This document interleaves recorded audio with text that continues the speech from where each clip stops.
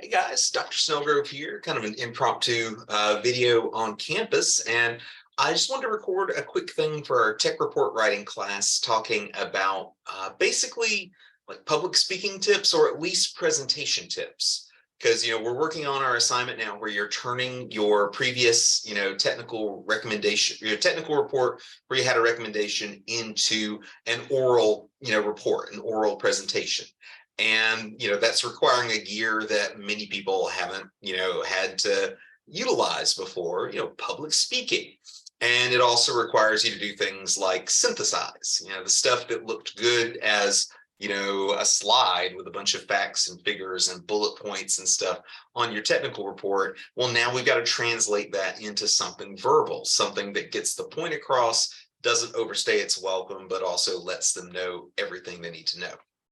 And so at this point, I've had the opportunity to grade kind of like round one, the first part of that, the intros, and people are working on the body of that, which would be the main part of the report itself. So I wanted to go over some things I thought might help you out as you record this and ultimately get ready to submit the final recording, which sounds very ominous when I say it out loud like that. All right, the first tip is something I'm doing right now. And I'm not trying to pretend I'm the greatest in the world at it, but eye contact. So when you're giving an actual oral report in person, and some of you maybe have had to do this if you've done like public speaking classes or just public speaking in general, you sort of look around the room, you try to make eye contact with individual people. That's a way of keeping them engaged, keeping them focused on you. But the math on that changes a little bit with what we're doing now. How does one make eye contact when, well, we're not in the room together? Well, the easiest way to do that is, of course, to look at the camera. So like right now, I have a dual monitor set up and I have a little camera that's plugged in on my leftmost monitor. And so I try to generally like look in that direction while I'm speaking, because it simulates that eye contact. And I just wanted to mention that because that is one of the things I'm looking at, one of the things I'm assessing. If somebody's constantly looking aside, looking around, it's like, are you about to blink out, an SOS? Do I need to come help you on that? So I want to make sure you're making that eye contact. Now, that does lead to another thing. I feel like this is good news, bad news. It's like the bad news, a lot of people need to work on eye contact.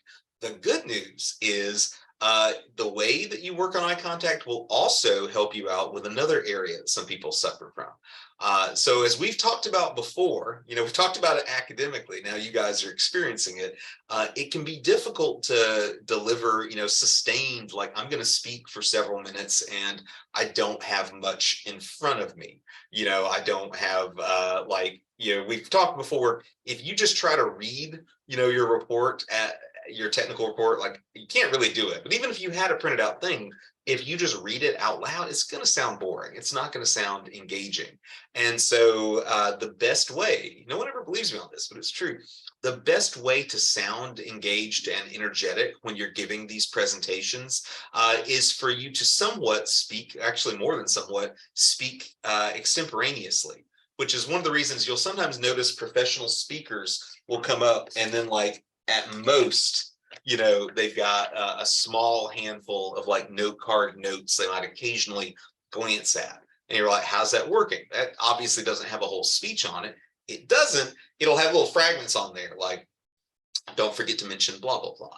And so it kind of keeps them on track. But if I know it's easier said than done. I feel like a jackass. You're like, just you do it, man. But if you know your subject pretty well, if you know your numbers, your research, all that, then yeah, all you need is that gentle reminder from time to time, like, oh yeah, don't forget the blah, blah, blah. You can spout it out. But if you're sitting there like, what if I don't have this memorized, man? Well, here's the deal. When you have, and most of you do in some form or another, the camera on your, you can do a camera on your computer, obviously, but this could even work depending on your setup. If you have a camera on the phone, I was going to say you might have some of the notes on sort of a screen behind you or a screen under you, depending on how you set this up. So you can, if you need it, have your own kind of teleprompter setup that's going on there.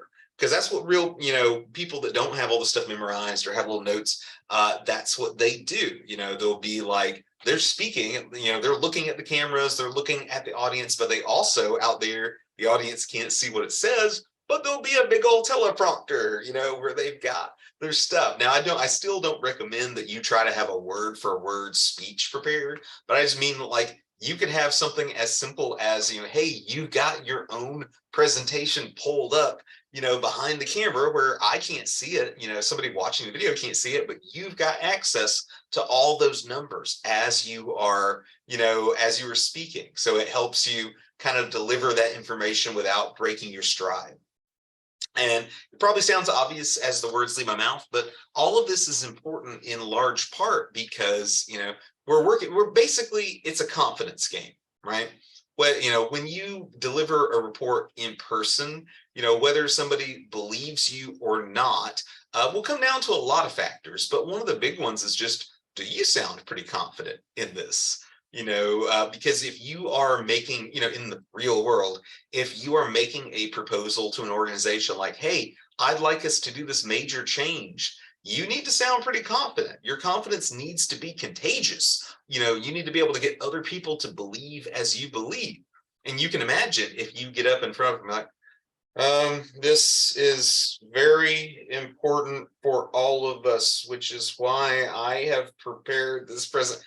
They ain't buying it, man. You might be the smartest person in the room. You might have an amazing wealth of knowledge. You may have, for that matter, a great idea. But if you don't sound confident, if you don't sound like you know what you're talking about and you believe in what you're talking about, then you simply can't get other people to believe. Other stuff too that may sound obvious, before you ultimately record that final recording, it sounds so ominous, but before you do that, you can rig the game in your favor because you guys are recording these from home or work or really wherever you are. You can kind of time it. Like, if the last, if like the part one thing you submitted was a little tired, it might have been because, oh God, you're recording this at like 6:30 a.m. or something like that. So if you want to rig the game in your favor, I'm going to do it in the middle of the day after I've had, my second cup of coffee, feeling pretty energized. You can do that. I know it's easier said than done, but you can try to schedule these things for like when there's not too many distractions. Like, sometimes I know better than most, sometimes working from home can be a double-edged sword. So like, yeah, you're there with your pets and your kids, but also you're there with your pets and your kids.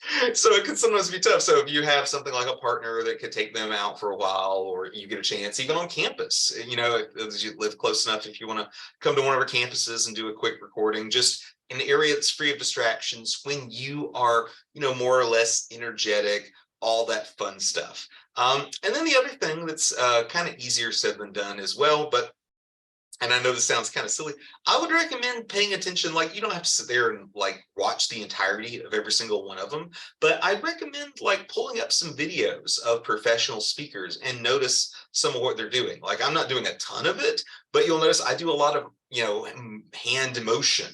And part of that is just, it's my personality, it's how I speak. But this is another thing, like, I don't make y'all do movement that much because, you've got the camera in a fixed location for the most part. But when you're giving an oral report or any kind of presentation, there's a lot of moving around. There's a lot of like moving the hands. You want to avoid, the little thing, I was doing a bit, but you want to avoid that, like, I'm going to stand perfectly still and read from this. If you are moving around, you're going to appear more energetic. For that matter, you'll sound more energetic because you're getting the blood flowing through you. It's pumping through you that much more. So, even if you can't, sit up and pace around, or stand up, I should say, and pace around for the purpose of our video, you can still move your hands, move your head, just try to show some enthusiasm, some energy. And I feel like a jackass. I know it's like, show enthusiasm for the assignment I don't want to do. Yeah, I'll take note of that, Dr. Snellgrove. But I just mean, again, it's winning people over.